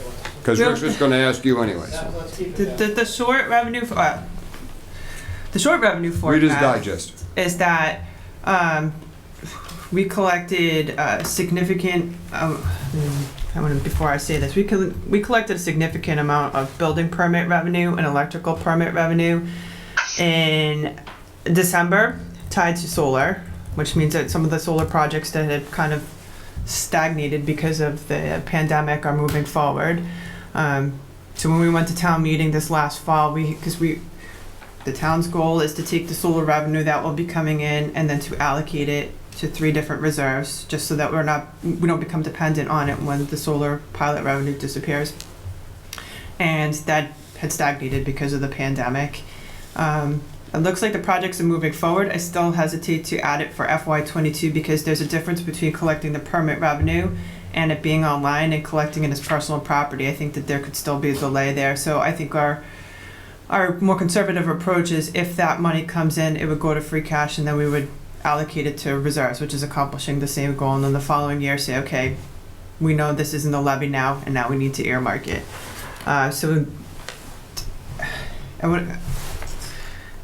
I know the building permit revenue was 500,000, and I think it may have been like that for electrical. So we'll say that, and that's you're going to see a one-time bump in revenues for that particular purpose, and that will be posted in the January revenue reports. Prior to that, though, we've been on target, ahead of target, on revenues, and the part that's a little difficult to untangle is, are we back on target? Is everything looking better for the town? Or is it that there was a backlog from FY20 because we did not meet our revenue projections in FY20? We were fortunate to have the free cash number that we did because of that foreclosure auction. Without that, we would have been $400,000 less in free cash. And we did have this issue of we did not meet our revenue projections because tax payments were delayed until June 30th. Demands did not go out till August. If you look at August, we have a spike in especially motor vehicle excise collections. So how much of that was really FY20, how much is FY21? I also believe that there was a backlog in the planning department. So how much of what we're seeing in the building permits going up is really FY20 delayed or FY21? But I mean, my belief is that because we are ahead of projections, we're probably doing fairly well. I mean, not to get ahead of ourselves, we should still remain conservative. Yeah, we still haven't been through everything. We haven't gotten to the other side of all of this, but I'd say that it's not as dire or serious as we thought it was going to be. That's hats off to a lot of department heads, to a lot of departments, to people cutting some corners, as well as, the revenue that's come in. And departments, I mean, other town halls are still closed. Yeah. And this town hall has not And been. you look at what's happened, I mean, Edaville's still closed, Yeah, Cambridge's Fair never happened. There's a lot of stuff that didn't happen this year. It's money, it's a money generator. And for a while, we didn't think the solar was gonna happen either, because that was all messed up. So I'm glad to hear some of that. Fiscal year, money about 400,000 plus was projected as new growth from solar, which didn't happen before. That's right. Yeah. So we had to find a way to handle that, if you recall, which was not easy, so. But the thing that's nice about this budget is we didn't have to sit back and start slashing. This wasn't a crash and burn budget, which there are a lot of cities and towns that don't have that luxury. So we're very fortunate that we didn't get rid of any people. We didn't, shut the lights off in 2/3 of the town most of the time and leave offices vacant. So that's off. And just as Advantage of a little bit of attrition this coming year, but you're right, nothing that Right. hurts people around. We're on track with CARES money? with care, yeah, I mean, we've spent at this particular point what we've submitted for reimbursements is going to be in the area of 1.4 million, because I think what we've got left, we've got technically 335, but the school has made a request for 50, which is less than I thought, and then about another 14,000 from departments that they will require. So I mean, Rick and I have discussed that, and I think that that's, seeing as that money is intended to go through December 31st of 2021, and not knowing what possible things could come up, unemployment is still an issue. Mostly because you may have people who had second jobs and they're filing unemployment claims, and being able to get that resolved is not as easy as you would think it would be. It's probably wise to leave somewhat of a buffer there for the time remaining. To go back to the revenue component though too, we did get the first projection of cherry sheet numbers with the governor's proposal. And he does propose increases in Chapter 70 and unrestricted governmental aid, but because our assessments, mainly the charter school assessments, keep increasing, what we initially projected as our revenue forecast, this one is about $60,000 less. But I had put estimated local receipts lower, so we're just going to bump up estimated local receipts, and then the cherry sheet will be a little bit lower, leaving us in exactly the same place. But that's, I mean, I guess the good news in all of that is that we weren't sure where state aid was going to be at all, and what it is essentially is level funded. Of course, it's nice when you see these numbers, you know, increases in local aid, and you turn the page over. And it's the assessments, you're like, yippee! Right. What they give it, they take it. It was close enough. I mean, we would have been very happy around zero, just to not have any significant reductions. I think that's probably most cities and towns would feel good about that. Like always, there are those towns we're jealous of because they did very, very well based upon the formula. But we're pleased where we are under the circumstances. Good. Yeah, and also, I mean, the charter school assessments is, from my understanding, talking to Brad, was that they project quite high in terms of the enrollment, and then they reassess the enrollment in October.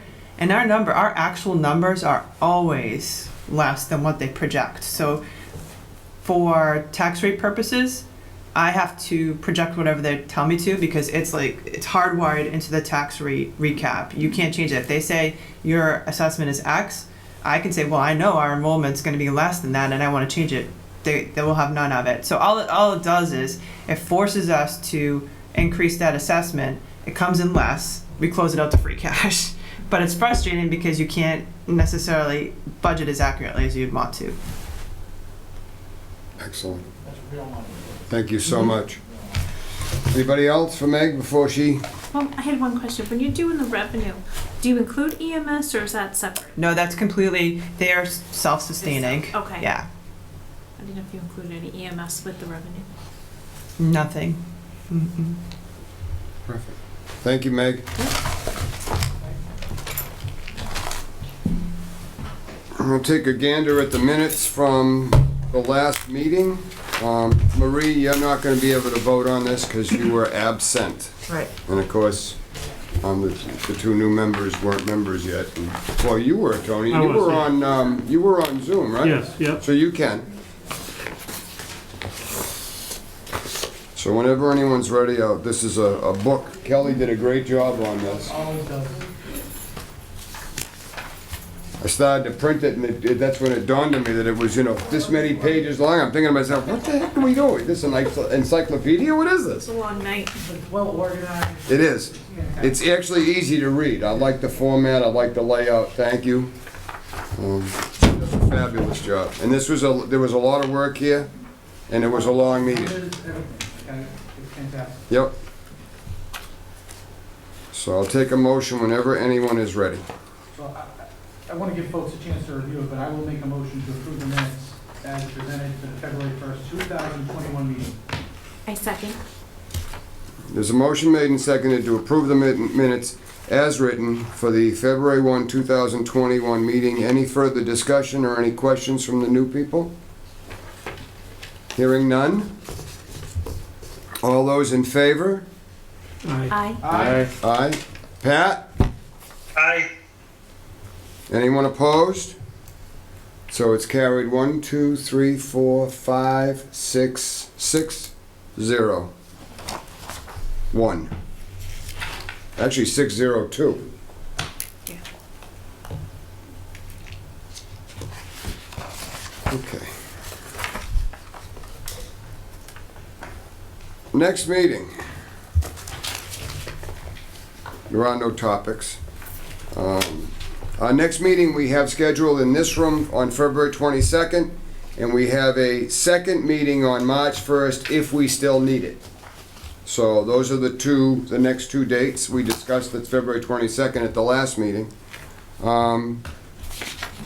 Town Administrator, what would you think we could have at the next one? I think we could bring in, let me make a suggestion. Town clerk, library, we can actually get them all knocked out, I think. Town clerk, library, recreation, COA, PEP, yeah. Everybody but school. What's the score? Well, we don't do the school. We don't, the school thinks they're their own country, and that's the way that works. You usually meet with them, don't We don't. you? Really? No. No, the only time we meet with them is when we're gonna have a fight with them. And I'll have another fight with them this year if they still wanna buy 2 new buses. We don't fight, Mr. Chairman, anymore. Those are the old ones. You know, I'm hoping that they acquiesce on 2 brand-new buses this year, again. But the school does their own budget. We have no control over the budget. I think it was a couple of years ago that FinCom did meet with Brad and Scott, and honestly and truly, it was time to ask some questions, but there's nothing you can do about it. So I'll defer. If you guys want to sit down with Scott and Brad, Scott and Jeff, who's the new guy? Ron. Alan, Ron? Yes, sir. when did that change with the school department? Because when I was there, we always went in front of the finance committee. We haven't met with them for a couple of years. Wow, that's news. That was, we always. We didn't meet with them last year. You were on the committee. Yeah? They've come, but I don't think we did. see much. Pat, I think the thought process is that where the percentage of the levy that is attributable to the school budget is already determined, so therefore there's no need to go through a budget discussion. What's allocated to them out of the levy has already been determined by the bylaw. That's the way it always was before, too. So, but okay, whatever. I think, I could be wrong, Pat, but I think that was sort of the reason and the justification, and then we don't have, nobody other than the school has any oversight over how that money is allocated or spent. Town meeting can say no, That's true. But, but they're the only ones, Pat. We can sit and no matter what, it becomes a. Yeah. Well, doesn't the school? Okay, I'm just thinking back to when I was there. Now, that was a number of years ago. And we always, even if it's just out of formality, we always did it. I think that's what it was. It was formality, and frankly, there's nothing we can do about it. They go before the select board. It winds up in front of town meeting, and they're not going to listen to us anyway. Okay. You're welcome to reach out, Mr. Town Administrator. If they'd like to come meet with the FinCom, I have no problem. They're certainly welcome. I'm But- just curious as to why that changed. Might have been Michael changed it. I think he thought the same way. Maybe that's why I have the opinion I have, because he said there's nothing you can do about it anyway. Could have been, because we always did. I mean, I'll certainly acquiesce to the will of the board. I work for you guys. If I could, Mr. Chairman, I always found it helpful because you got a sense of what the shifting pressures in terms of teachers and movement of pupils from different grades and where the shifting pressure was from a personnel standpoint. And what the priorities would be in particular. I always thought that was. I mean, I can talk to Scott. Well, maybe we could invite Scott So something that on March 1st. Pressure is on their budget that may be unique. Issues with how things like charter schools are impacting their budget. So I do realize that you're right. There's school autonomy, and the school committee and the school superintendent have complete control over their piece of the pie. So again, I'm gonna be here anyway, so no skin off my back, but if you'd like me to reach out, I'll leave it up to the committee. You want Do- to do invite they- them to come in March 1st? Well, do they present to the select board? Again, I. Or is it a- Here, but, Is it a school committee discussion, or how's that I think done? they have a joint meeting with the school committee and where the select board is, I'll use the word informed. I'll be nice. Well, and I think It's that's, in the warrant and it's got to go to town meeting. and I think essentially that's what I'm trying to ascertain, right? Is because I think if for no other purpose, the information that could be provided in that discussion is beneficial from a transparency standpoint and for the edification of the general public to know how that 70% of our town budget is actually spent. But they've that- discussed this at their school committee meetings where they put this whole budget together, but I agree with you. Yeah, I just think getting it out there is important, and maybe a dialogue with somebody other than themselves would, foster some conversation that otherwise wouldn't happen to again get information out to the general public about 70% of our tax levy. Right, and if Um, it's at 70%, they can tell it to a bunch of different people. They don't need to. Yeah, and They can't explain it enough. I think I just think as a board, the school committee might ask certain questions that I would never ask, but at the same time, we as a committee might ask questions that they would never ask about how that breaks down, how things are allocated, how things are prioritized, these sorts of things. It might just be a beneficial discussion, and it doesn't have to be us as long as it's the select board or somebody. But I think that formality, like Pat was saying, I probably has some value, I think. I agree. Well, I I always think, thought it had value because if nothing else, I mean, as you can imagine, we work very closely with Scott and formerly Brad. And we're all, very, we very, in unison on the state of the state, and which is not always the case in many places. So we have a very good understanding internally as to, revenues and expenses and, various costs that impact all of us. And that flows up to the school committee. But to your point, I do think that, that just being an internal discussion doesn't have the value of, that you suggest.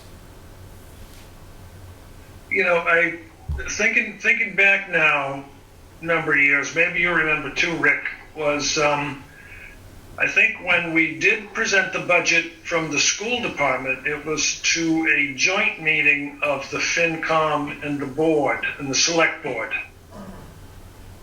Which probably makes the most sense, Pat, honestly.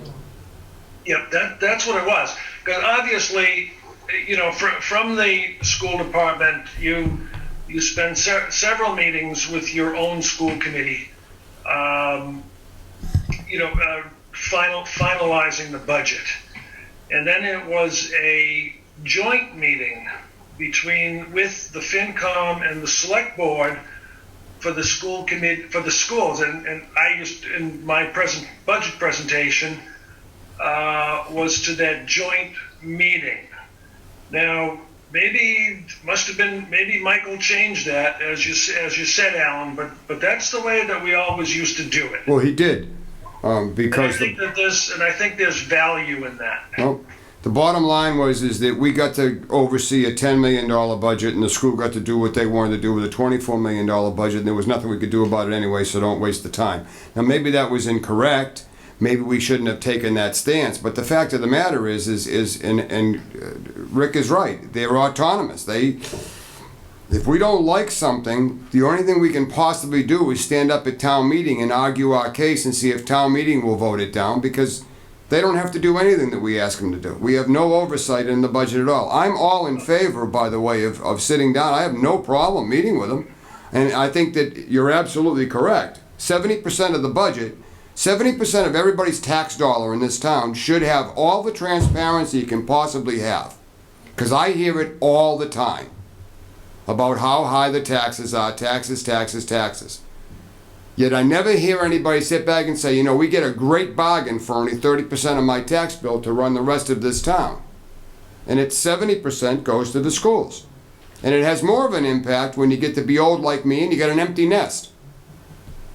So I'm all in favor of it. If you want to invite the superintendent and the new business agent on March 1st, that'd be awesome. Because I do think that, you know, they are autonomous, but I think we're all kind of part of the same team. Well, I don't know the new guy yet, so I don't know if he's part of the team or not. We'll make him part of the team, whether he likes it or not. Brad was part of the team, and I hope that this new gentleman falls in those footsteps. So I will reach out to them. Okay. Perfect. That work for you, Pat? Well, sure. I think again, it's you know, it's a matter of transparency. It's a matter of giving a public, well, not that they're not public with their own board, but further public overview of exactly what the school department plans on doing. And I think that my guess would be that even though Brad might be gone now, he would probably come back and at least be there for the presentation. And I would like to see that. Okay. I will presume to set that up if I hear no objection. Or start that up again. As I don't know why it wasn't being done. I think it should be done. And I'd like to see it start up again. Okay. Everybody okay with that? Works for me.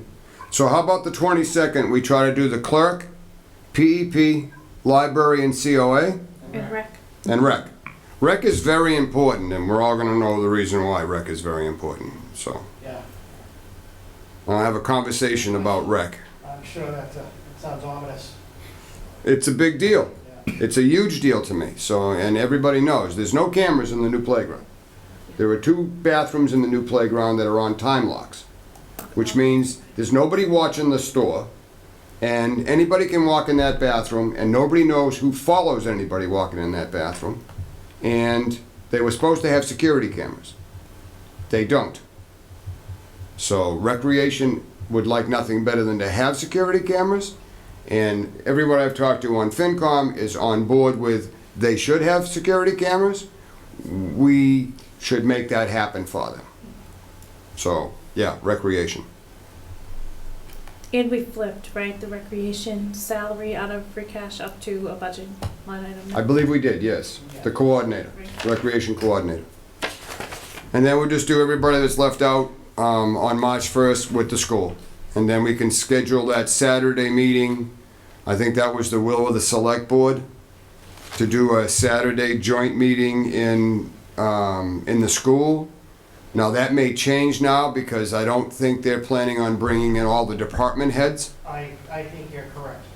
So if that's the case, then we do a regular normal meeting, but it would again have to be in the school because we're a good sized group and they're 5 and you and Meg and then if we start involving school members and stuff like that, it would have to be in the auditorium. But I agree, I don't think it would necessarily need to be on a Saturday anymore because rather than an all day, Right. you know, doing this with every department one day to get it over with. Not that it's tedious, but just for everybody's convenience, but it didn't work this year. Sometimes it doesn't work based upon people's schedules or whatever the case is. I think a joint meeting on a jam session for a whole day on a Saturday with department heads coming in and out is absolutely ridiculous, but that's just me personally. I think it puts the department heads right on the spot, dealing with the 5 members of the select board that actually employ them, and then 8, 9, 10, 11 members of the FinCom that scrutinize them.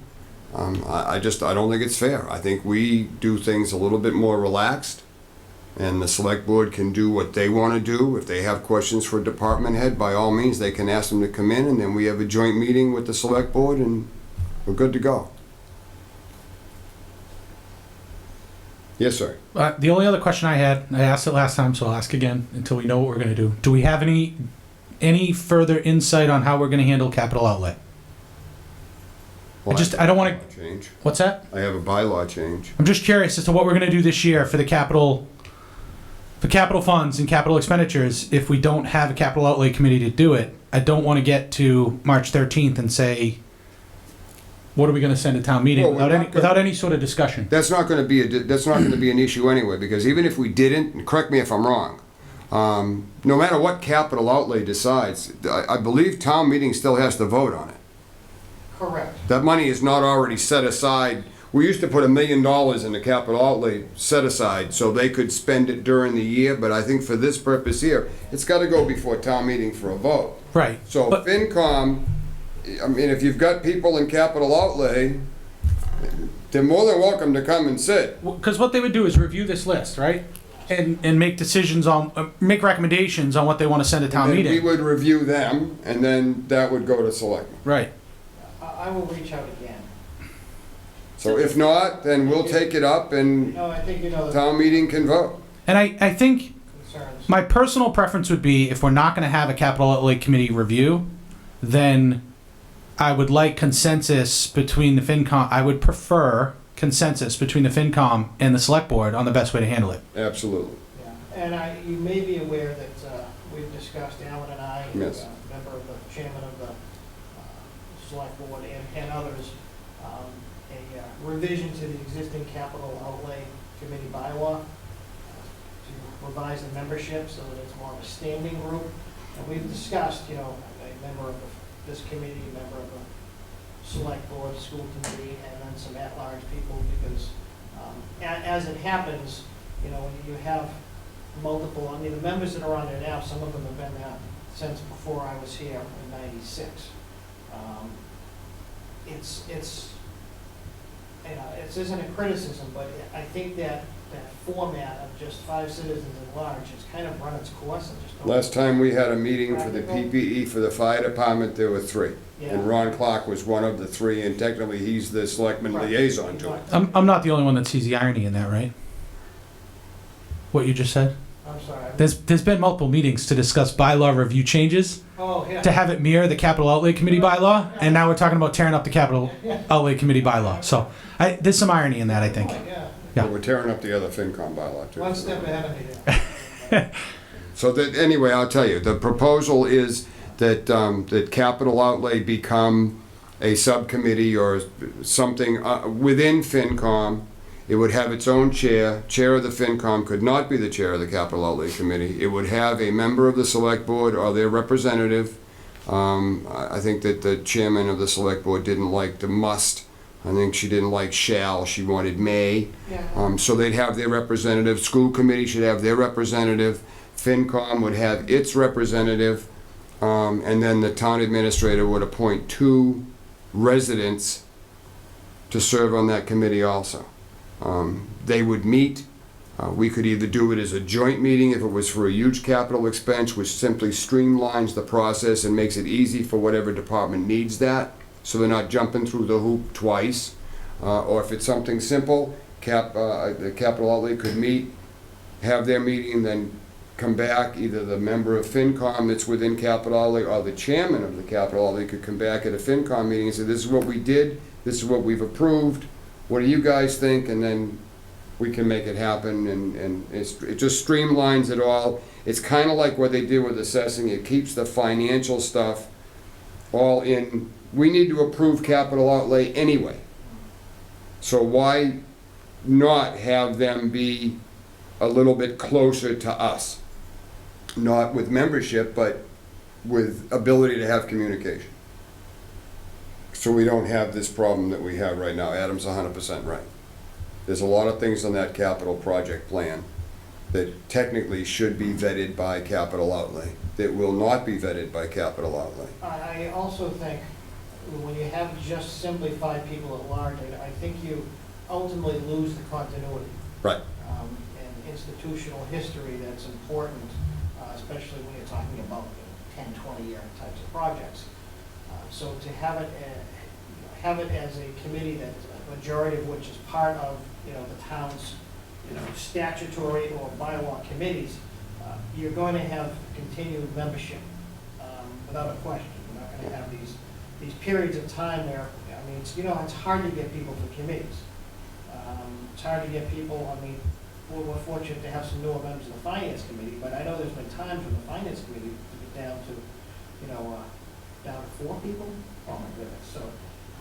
So to the extent that you kind of build this in as more of an institutional body rather than just a volunteer board, kind of a hybrid. I think that's makes sense for where we are today. Well, I think, just to quickly expand, because I'm cold, I think that's absolutely correct, because we know what's going on financially within the town. Some of the newer members, next year you'll know exactly what we know today. When we joined, we had no clue either. And again, I thank Meg. So, but to have that involvement when we're looking at capital expenses, it's great to sit back and say, yes, we talked with that department head last year, we knew this was coming. And I'll give you a perfect example. We just took it out of the reserve account for the air cascade unit. That cascade unit was in the capital plan for next year. Originally, it was in the capital plan for 3 years from now. But because it was acting up, it got pushed up to next year, and then it crapped out, so it ended up becoming a reserve fund transfer. So having history makes it so much easier, streamlines the process, and I think it makes it much more transparent. So everybody has full knowledge of what's going on, and they have confidence in how it's being handled. It's televised, it's out in everybody's, out in the open. We're not meeting in a obscure room someplace with 3 members sitting back trying to decide how they're going to spend $700,000 on something. So. And I think over the years, probably 25 plus years, I think you'll agree that really some of Carver's finest have served on Absolutely. the committee, but the model is just antiquated. Absolutely. Anyone else for comments? I'm good. Motion to adjourn? Second? Motion made and seconded to adjourn. Any further discussion? All those in favor? Aye. Night. Good night, everybody. Thank you, Adam. Night, Pat. Time, Pat. just See you soon. You could.